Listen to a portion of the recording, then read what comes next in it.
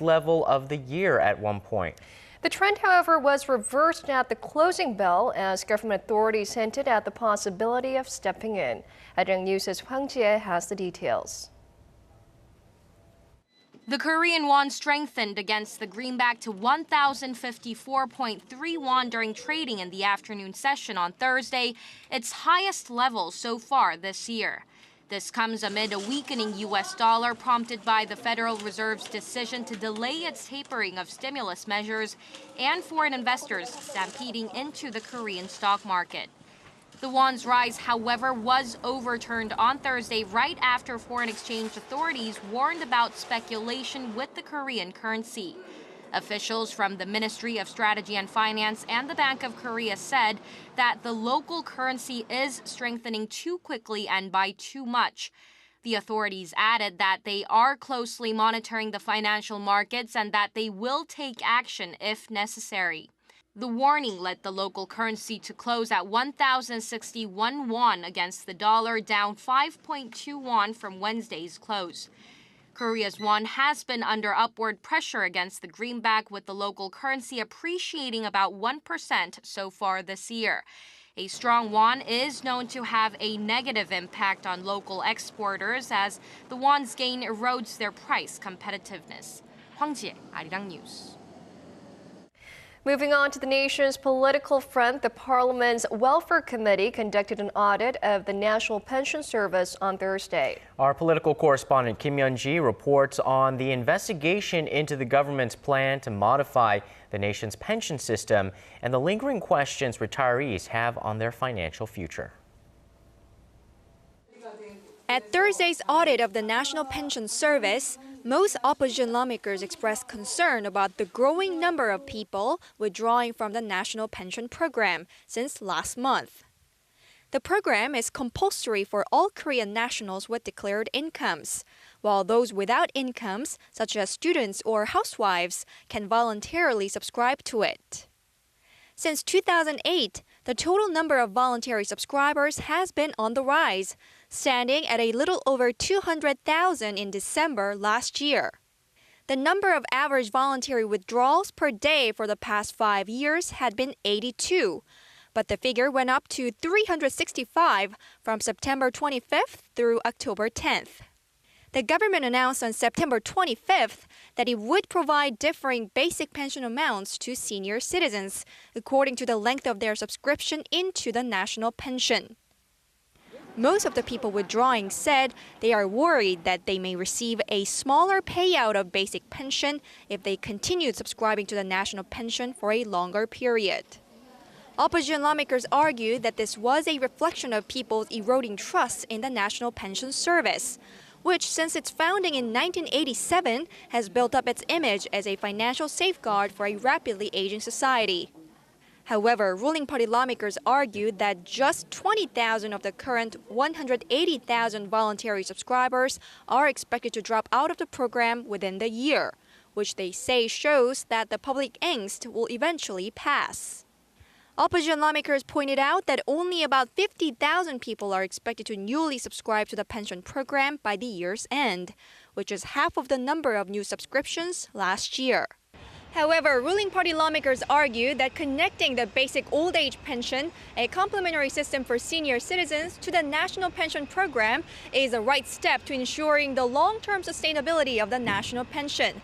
But opposition lawmakers say linking the two threatens the very soundness of the national pension program that is worth $380 billion. Kim Hyun-ji, Arirang News. Seoul's Unification Ministry says the North Korean Red Cross sent an official letter this afternoon indicating it will return 6 South Koreans on Friday across the border at Panmunjom. But their identities and whether they voluntarily crossed the border to the north in the first place is not yet known.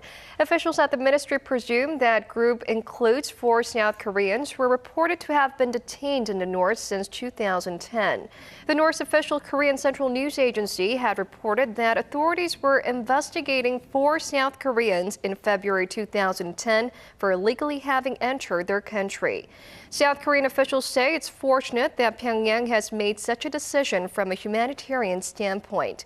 The government plans to carry out an investigation on the 6 detainees once they return. Despite a recent push to resume the six-party denuclearization talks, the major players in the dialogue, namely South Korea and the U.S. on one side and North Korea on the other, are still clearly divided on the preconditions. Pyongyang is digging in its heels over its nuclear program, while new satellite images released by a U.S.-based institute suggest they are ramping up construction at a key nuclear test site in that country. Son Jung-in has the details. North Korea will not sit back at the negotiating table with South Korea and the United States unless they first stop demanding its denuclearization. That was the message North Korea's foreign ministry spokesperson sent through a statement on Wednesday. As long as nuclear threat continues from the outside, we must strengthen our nuclear deterrence. We will not tie down by anyone. The spokesperson said the North has no choice but to continue with its nuclear deterrence against the U.S.'s nuclear threat and hostile policies. However, South Korea and the U.S. remain firm on their stance that a new round of talks will not take place unless North Korea demonstrates its seriousness about denuclearization through concrete actions.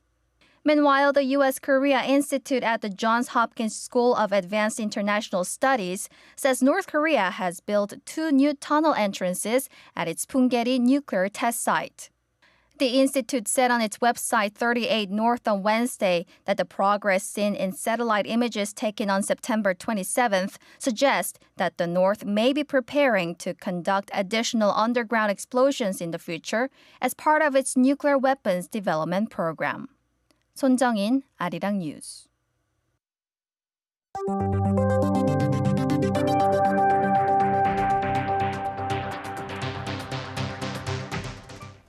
Hyundai Motor has released its earnings for the third quarter of the year, and the world's 5th automaker posted its first on-year profit rise of the year. While sales were down at home and in the U.S., Hyundai made fresh inroads in China and Brazil. Our Paul Yi reports. Korea's top auto manufacturer Hyundai Motor Company beat market expectations in its latest earnings call by posting more than $2 billion in net income for this past quarter.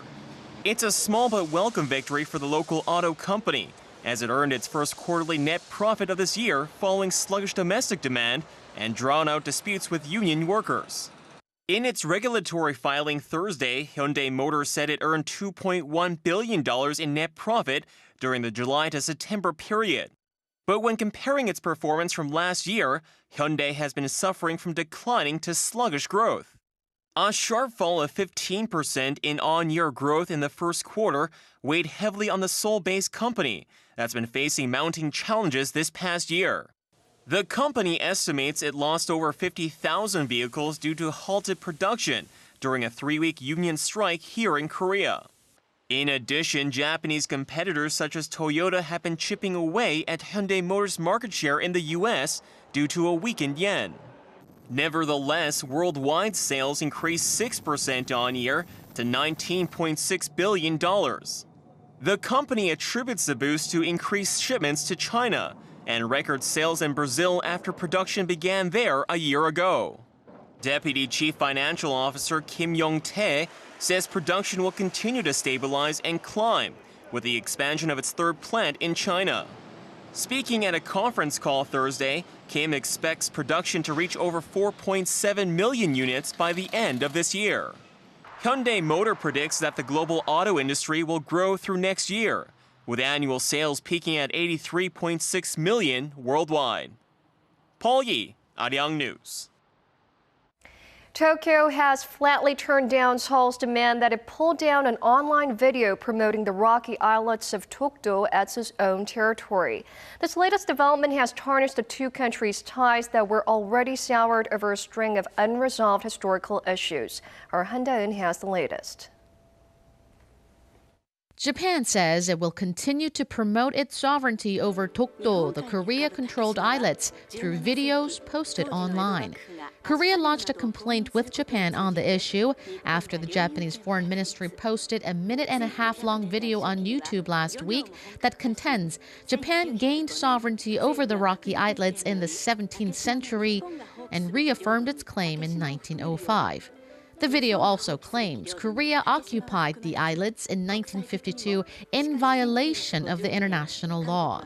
Japan state-run NHK reports the Japanese Foreign Ministry plans to translate the video into 10 languages and link it to the ministry's website. In protest, Seoul's foreign ministry summoned a representative from the Japanese embassy in Seoul on Wednesday and demanded that Tokyo remove the video immediately. Seoul has called the action anachronistic and provocative, but Tokyo is not budging an inch. According to Kyodo News Agency, Japanese Foreign Ministry Press Secretary Kunisato told reporters that the government is doing what it must do to promote a more correct understanding of the situation. It appears the diplomatic tension will last for quite some time, as Tokyo also has plans to produce another video promoting its position that the correct name for the body of water between Korea and Japan is the Sea of Japan and not the East Sea, which is Korea's name for it. Korea isn't the only nation upset about Japan's nationalism. China on Wednesday also urged Japan to stop all provocations that are detrimental to China's sovereignty. Ministry spokesperson Hua Chunying made the remarks after the Japanese Foreign Ministry released a video online claiming sovereignty over another disputed island chain in the East China Sea, which China calls Diaoyu and Japan calls Senkaku. Hua said the Diaoyu Islands are part of China's inherent territory, a fact supported by historical evidence. 한다은 Arirang News. Did the U.S. hack German Chancellor Angela Merkel's mobile phone? The German government says signs point to yes, and on Wednesday, Merkel demanded answers from the White House. Ji Myung-gil tells us more. German Chancellor Angela Merkel called U.S. President Barack Obama on Wednesday after the German government found evidence that the U.S. may have been monitoring Merkel's cell phone. White House spokesman Jay Carney said the president sought to assure Merkel that the U.S. is not monitoring and will not monitor her mobile communications. All I can tell you is what the president told the chancellor. The United States is not monitoring and will not monitor the communications of the chancellor.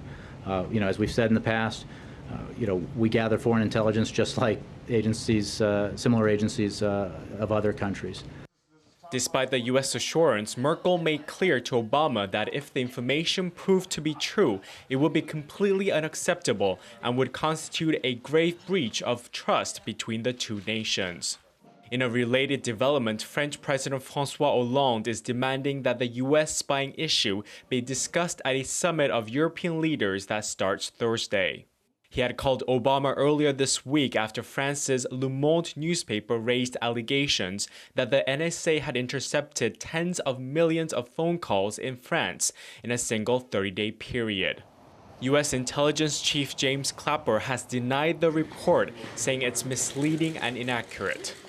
Ji Myung-gil, Arirang News.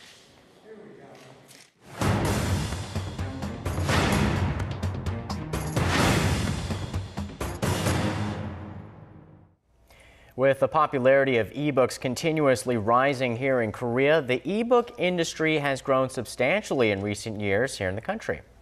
Even so, the size of the market is relatively small compared to other countries. To tell us more about the latest trend in the nation's ebook market, we're now joined by our cultural correspondent Park Ji-won.